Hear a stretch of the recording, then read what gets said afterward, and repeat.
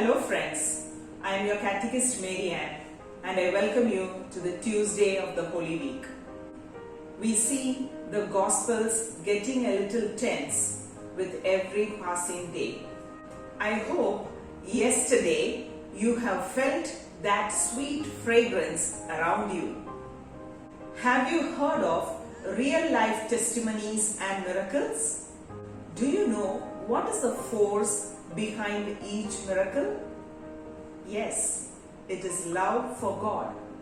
You start loving God so deeply that you trust and surrender to Him. Psalm 145 verse 19 says, He will fulfill the desire of them that fear Him. He also will hear their cry and will save them. If you love Jesus, automatically your prayers become genuine and God will grant your desires.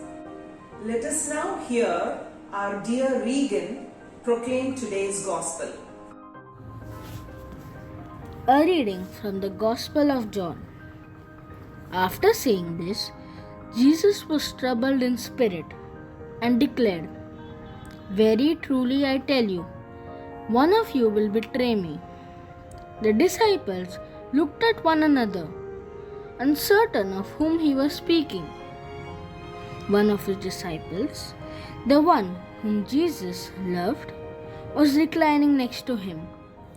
Simon Peter therefore motioned to him to ask Jesus of whom he was speaking.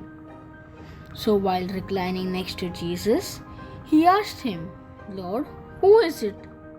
Jesus answered, It is one to whom I give this piece of bread when I have dipped it in the dish. So when he had dipped the piece of bread, he gave it to Judas, son of Simon Iscariot.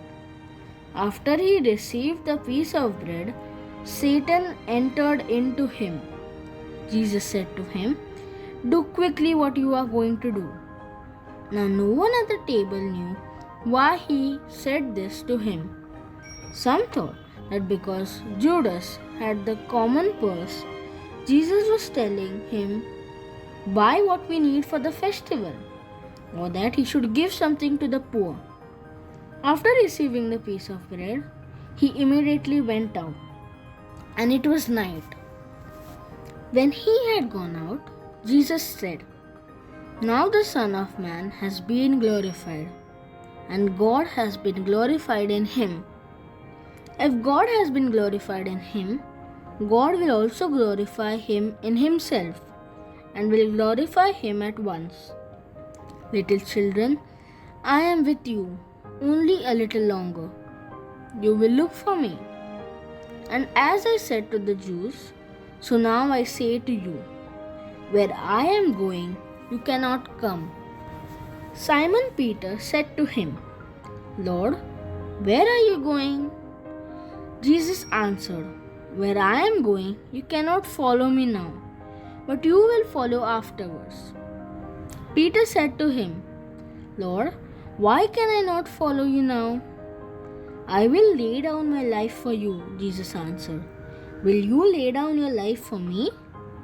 Very truly I tell you, before the cock crows, you will have denied me 3 times. The Gospel of the Lord. Praise to you, Lord Jesus Christ. We see a Jesus troubled in spirit. If you were at the Last Supper, reclining with Jesus, would you feel this troubled spirit of Jesus? Jesus also makes people realize how they are caught between what they say and what is in their hearts. He knows that his own disciple will betray him, and Peter, whom he trusted the most, would deny him. Judas Iscariot sold Jesus for 30 silver coins. What are the vices we sell Jesus for today? Collect 30 coins and thoughtfully place it around Jesus. so we acknowledge our wrongdoings. Peter too denies Jesus thrice.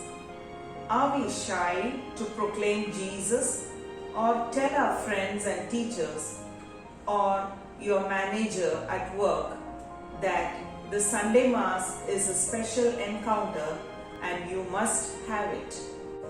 Are you able to spare some time and give it to Jesus? Think about it. Until then, goodbye.